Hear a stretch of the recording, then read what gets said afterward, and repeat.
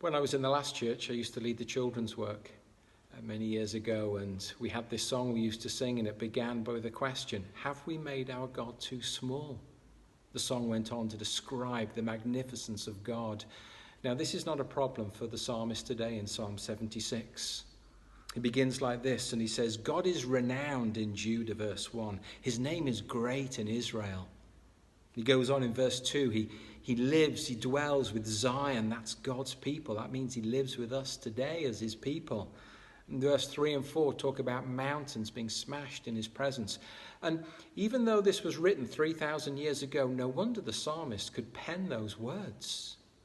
Not only was he writing from present experience how God had saved and delivered his people from all their enemies on numerous occasions, but he was reflecting, of course, on who God is, the God who said, let there be light, and there was light, the God of all creation, the God who raised up Abraham to make them into a great nation, who said, not only will I bless you as a nation, but I will make your nation a blessing to all the earth.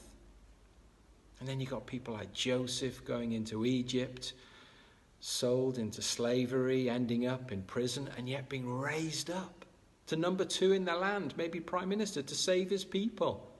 But then after years of slavery, how Moses, through God's guidance, rescued them, delivered them out of Egypt, parting of the Red Sea, being protected in the desert, going into the promised land, Jericho, that mighty city, the walls tumbling down, and then constant battles won against their enemies.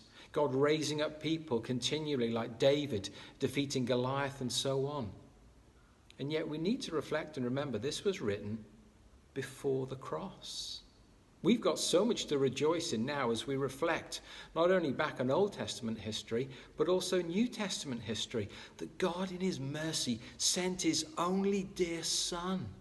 What humility, what magnificence that is alone, and yet lived this perfect life, died this incredible death, this sacrifice in our place. And yet, of course, death couldn't hold him. Raised from the dead, and now reigns in heaven, praying, interceding for us. But right towards the end of the psalm, we're told that the world needs to sit up and pay attention to who God is. It needs to understand that he is an awesome and a mighty God. He is the God of judgment. And of course, Jesus promises he will return again a second time. And so in the meantime, this is the opportunity for us to declare his magnificence, to declare his greatness, and yet to declare the urgency for all to worship God for who he is. Let's make God so very big as we proclaim him.